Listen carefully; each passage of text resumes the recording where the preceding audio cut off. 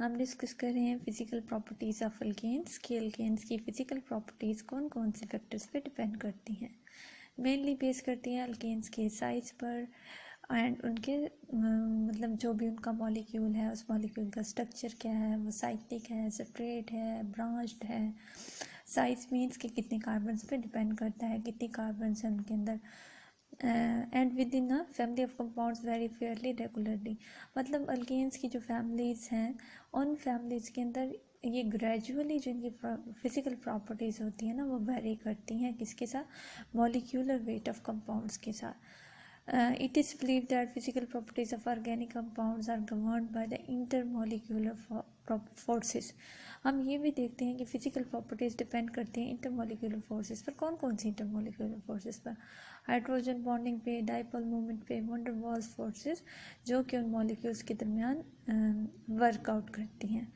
जहाँ तक हम बात करते हैं अल्केन की कि अल्केन के अंदर कौन सी फोर्सेस है, या हाइड्रोजन बॉन्डिंग है या वंडर वाल फोर्सेस है, तो अल्केन्स के अंदर जो फिजिकल प्रॉपर्टीज़ पाई जाती हैं वो कौन सी हैं, या अट्रैक्टिव फोर्सेस कौन सी पाई जाती है, weak van der Waals attractive forces.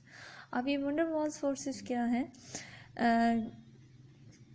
ये फोर्सेस हैं जो मेनली नॉन पोलर मॉलिक्यूल्स को एक दूसरे के साथ रखती हैं और एक्ट करती हैं ओनली बिटवीन द मॉलिक्यूल्स और the portions of the molecule which are in close proximity.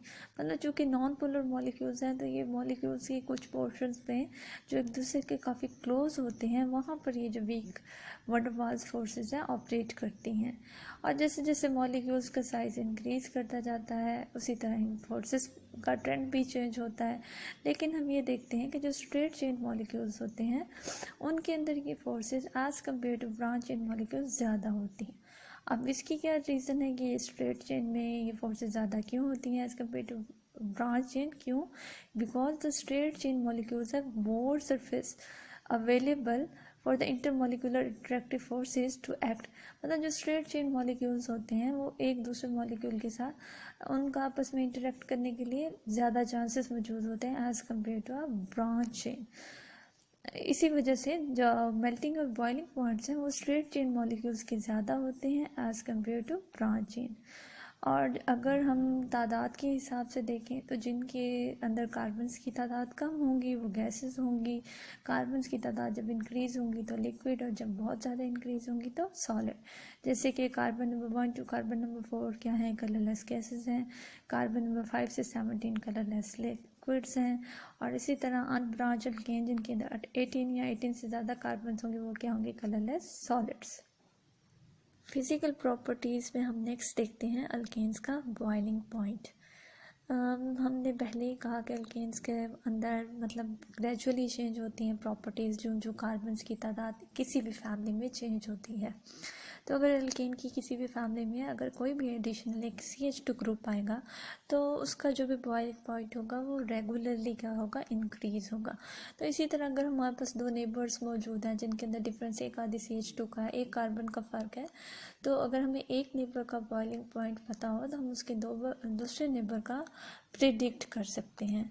अब यहाँ पर भी बॉइलिंग पॉइंट पे ब्रांच चेन और स्ट्रेट चेन कंपाउंड्स का फैक्टर इफेक्ट करता है। हमने पहले ये बात की है कि जो स्ट्रेट चेन कंपाउंड्स होते हैं उनके अंदर वंडर वाल्स फोर्सेस जो कि अल्केन्स के अंदर मौजूद हैं वो ज़्यादा ऑपरेटिव होते हैं। क्यों? क्योंकि मॉलिक्यूल्स के अंदर ज़्यादा सर्फेसेस मौजूद हैं एक दूसरे के साथ इंटरेक्ट करने के लिए as compare to branch chain. तो इसीलिए तो जो स्ट्रेट चेन कंपाउंड्स होते हैं उनका boiling point as compare to branch chain ज़्यादा होता है। तो branch chain molecules do not exhibit the same regularity in boiling point and generally have lower boiling point. यही बात कही गई है कि जो ब्रांच चेन अल्केन्स होते हैं उनके बॉइलिंग पॉइंट्स लो होते हैं as compare to straight chain alkane of the same molecular formula. जितनी ज़्यादा ब्रांचिंग होगी the greater the branching the lower will be the boiling point. Branching जितनी ज़्यादा होगी बॉइलिंग पॉइंट उतना ही कम होगा। जैसे कि स्ट्रेट चेन एन पेंटेन, ये रहा एन पेंटेन का स्ट्रक्चर जो कि एक बिल्कुल 5 कार्बन की सीधी चेन है।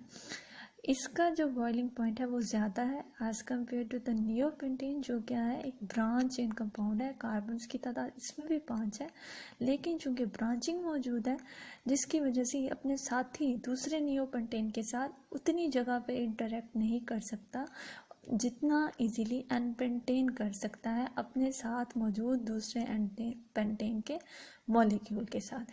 इसी वजह से एनपेंटेन चूँकि अपने दूसरे साथी एनपेंटेन के साथ ज़्यादा इंटरेक्ट किया हुआ होता है तो इसको अपने साथी नेबर से अलग करना मुश्किल हो जाता है, जिसकी वजह से इसको बॉईल करके वेपर्स में चेंज करना हमारे लिए मुश्किल है। और उसी मुश्किल को दूर करने के लिए हमें ज़्यादा टेम्परेचर देना पड़ता है। चूँकि ज़्यादा हम हीट दे रहे हैं, ज़्यादा टेम्परेचर दे रहे हैं, इसलिए एनपेंटेन का boiling point as compare to neopentane ज़्यादा है।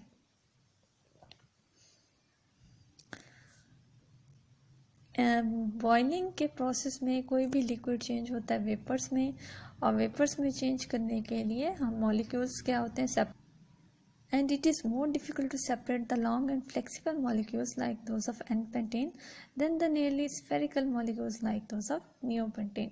ये बात मेंशन की गई है कि N-pentane जो कि एक सीधी चेन का लॉन्ग एंड फ्लेक्सिबल मॉलिक्यूल है, इसको सेपरेट करना डिफ़िकल्ट है as compare to spherical molecule जो कि नियोपेंटेन है। इसलिए so more heat energy is required to boil the straight chain molecule. इसलिए स्ट्रेट चेन मॉलिक्यूल को बॉयल करके वेपर्स में चेंज करने के लिए ज़्यादा हीट देनी पड़ती है।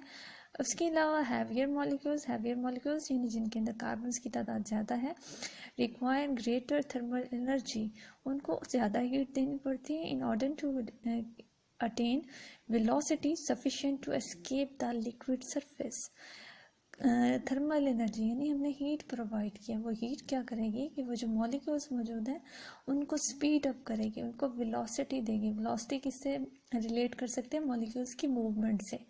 वो इसलिए ज़्यादा वेलोसिटी अटेन करेंगे, हमने हीट दी, मॉलिक्यूल्स ने वेलोसिटी अटेन की। क्यों? क्योंकि वो मॉलिक्यूल्स वेपर्स में चेंज होकर जो भी हमारे पास सरफेस है लिक्विड का उसको लीव कर सकें। अब हम जितनी ज़्यादा हीट देंगे मॉलिक्यूल्स उतनी ज़्यादा वेलोसिटी अटेन करेंगे और उतना इजीली लिक्विड के सरफेस को लीव करके वेपर्स फॉर्म में चेंज हो जाएंगे। नेक्स्ट फैक्टर क्या है? Melting points. Melting points of alkanes like their boiling points also increase with the increasing number of carbon atom, but the increase in this case is not so regular।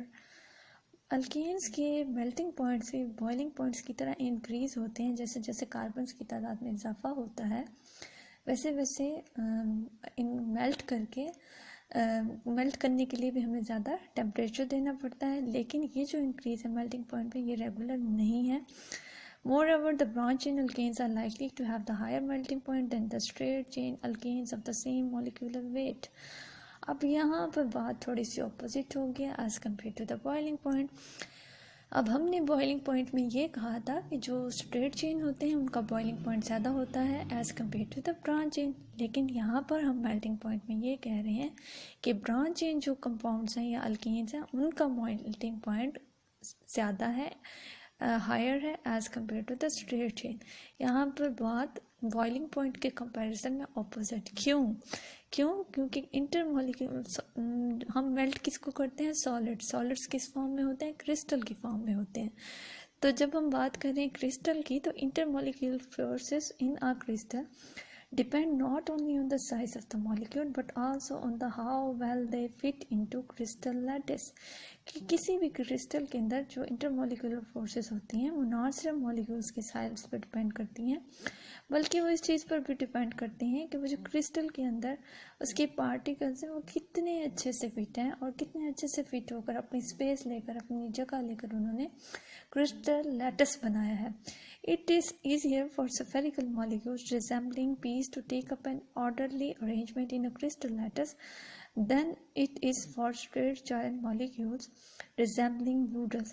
तो ये एक branch इन molecules के लिए ज़्यादा easier है कि वो अपनी ऑर्डरली अरेंजमेंट लें as compare to the straight chain compound. अब चूँकि ब्रांच चेन ने ज़्यादा अच्छी अरेंजमेंट ली है, ज़्यादा फाइन स्ट्रक्चर बनाया है क्रिस्टल का, जिसकी वजह से उसको मेल्ट करके लिक्विड फॉर्म में चेंज करने के लिए हमें ज़्यादा टेम्परेचर देना पड़े। क्यों? क्योंकि वो ज़्यादा ऑर्डरली अरेंजमेंट है as compare to the straight chain. It therefore require more heat energy to disturb a well packed structure for its transition from solid to the liquid state. कि कौन सी फॉर्म किस तरह सॉलिड से liquid state में change हो रही है। तो हमारे पास जो ब्रांच चेन कंपाउंड्स होंगे उनके melting points as compare to the straight chain ज़्यादा होंगे। फैक्टर अल्केन्स की सॉल्युबिलिटी है।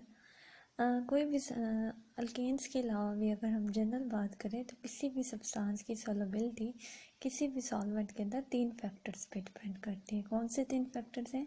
कि जो भी सब्सटेंस है, जो भी सॉल्यूट है, उसके अंदर कौन सी इंटरमोलिकुलर फोर्सेस पाई जाती हैं, हम उस सॉल्यूट या सब्सटेंस को जिस सॉल्वेंट में हल कर रहे हैं उस सॉल्वेंट में कौन सी इंटरमोलिकुलर फोर्सेस पाई जाती हैं, और जब सॉल्यूट और सॉल्वेंट एक दूसरे में डिज़ोल्व हो जाते हैं तो उनके दरमियान कौन सी इंटरमोलिकुलर फोर्सेस वजूद में आती हैं।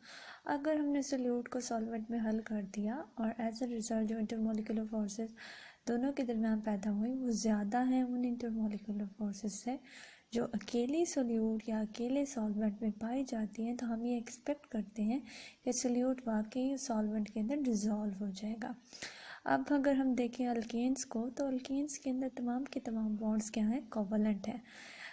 ऐसे कोवलेंट बॉन्ड हैं जो या तो 2 कार्बन एटम्स को एक दूसरे के साथ जुड़े हुए हैं, या कार्बन को हाइड्रोजन के साथ, या फिर कार्बन किसी ऐसे और एलिमेंट के साथ या एटम के साथ जुड़ा हुआ है जिसका कार्बन के साथ इलेक्ट्रोनेगेटिविटी डिफरेंस बहुत कम है। चूँकि इलेक्ट्रोनेगेटिविटी डिफरेंस बहुत कम है जिसकी वजह से ये बॉन्ड नॉन पोलर होता है, ये बहुत लिटिल पोलैरिटी होती है, जिसकी वजह से this bonds are directed in a symmetrical way. और उसके अलावा ये जो जितने भी बॉन्ड्स सिमेट्रिकल वे में अरेंज्ड होते हैं, जिसकी वजह से जो थोड़ी बहुत बॉन्ड पोलैरिटीज़ इलेक्ट्रोनेगेटिविटी के लिटिल डिफरेंस की वजह से मौजूद हैं, वो एक दूसरे को कैंसिल आउट कर देती हैं, जिसकी वजह से जो रिजल्टेंट डाइपोल मोमेंट होता है वो क्या होता है? 0, जिसकी वजह से alkanes are almost non polar in nature. इसके अलावा सोलबिलिटी का एक और रूल भी है, जनरल रूल, जो क्या कहता है कि लाइक डिसॉल्व्स लाइक, यानी एक जैसी प्रॉपर्टीज़ के कंपाउंड ऐसे सॉल्वेंट में हल होंगे जिनकी प्रॉपर्टीज़ उनसे रिजेंबल करती हैं। अगर कोई भी सब्सटेंस नॉन पोलर होगा तो नॉन पोलर सॉल्वेंट में ही हल होगा, अगर कोई भी सब्सटेंस पोलर होगा तो वो पोलर सॉल्वेंट में ही हल होगा।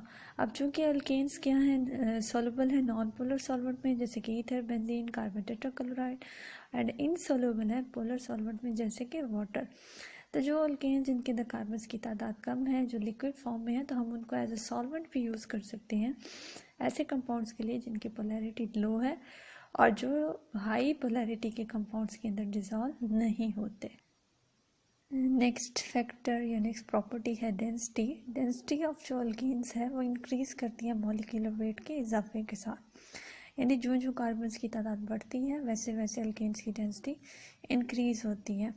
और जो इनकी मैक्सिमम वैल्यू है अल्केन्स की डेंसिटी की वो है 0.8, जो कि पानी की डेंसिटी से क्या है? कम है। चूँकि अल्केन्स की डेंसिटी पानी के मुकाबले में कम है, तो इट मीन्स अल्केन का वेट कम है पानी से। तो अगर हम पानी और अल्केन्स का कंपैरिजन करें तो अल्केन हल्की है, पानी भारी है। और हम ये देखते हैं कि हम किसी भी चीज़ को जब हम पानी में या किसी भी सॉल्वेंट में किसी भी सब्सटेंस को हल करते हैं, तो जो लाइट इन वेट चीज़ होती है वो हमेशा सरफेस पे रहती है और जो हैवी चीज़ होती है वो हमेशा नीचे बैठ जाती है। तो अगर हम अल्केन्स और वाटर का कंपैरिजन करें तो अल्केन्स चूँकि लाइट इन वेट है तो वो सरफेस पे रहेंगे, और पानी चूँकि हैवियर है, क्योंकि इसकी डेंसिटी ज़्यादा है, तो वो सरफेस में नीचे रहेगा। अब हम इसका कंपैरिजन कर लेते हैं पेट्रोल के साथ। पेट्रोल जो क्या है? मिक्सचर है अल्केन्स का, तो वो फ्लोट करता है on the surface of water. क्योंकि अल्केन्स हैं पेट्रोल के अंदर, और अल्केन्स क्या है? लाइट इन वेट है as compare to the water. तो अगर हम बात पेट्रोल की कर लें तो हम सिंपली ये भी कह सकते हैं कि पेट्रोल इज़ अल्केन। तो इसी वजह से जब हम पेट्रोल को पानी में मिक्सअप करते हैं या ऐड करते हैं तो पेट्रोल हमेशा सरफेस पे रहेगा और पानी नीचे रहेगा। ब्रांच इन अल्केन्स की they have different individual density. अब जो कि ब्रांच चेन की इंडिविजुअल अलग डेंसिटी होती है, तो अगर हमारे पास दो आइसोमर्स हैं, फॉर एग्जांपल अगर हम नियोपेंटेन की बात कर लें, नियोपेंटेन जिसका एक आइसोमर स्ट्रेट चेन है और एक क्या है, ब्रांच चेन है। तो हम ये देखते हैं कि जो ब्रांच चेन होता है उनकी चूँकि डेंसिटी क्या होती है, डिफरेंट होती है। तो अगर हमने दो आइसोमर्स का आपस में कंपैरिजन करना है जिनमें से एक ब्रांच है और एक स्ट्रेट है, तो हम इस डेंसिटी के क्राइटेरिया को देखते हुए, दोनों आइसोमर्स की डेंसिटी को देखते हुए भी बता सकते हैं कि इनमें से ब्रांच चेन कौन सा है और स्ट्रेट चेन कौन सा है। इसको मज़ीद देख लीजिएगा, किसी भी पॉइंट की समझ ना आए तो कमेंट सेक्शन में ज़रूर पूछिएगा। Thank you so much.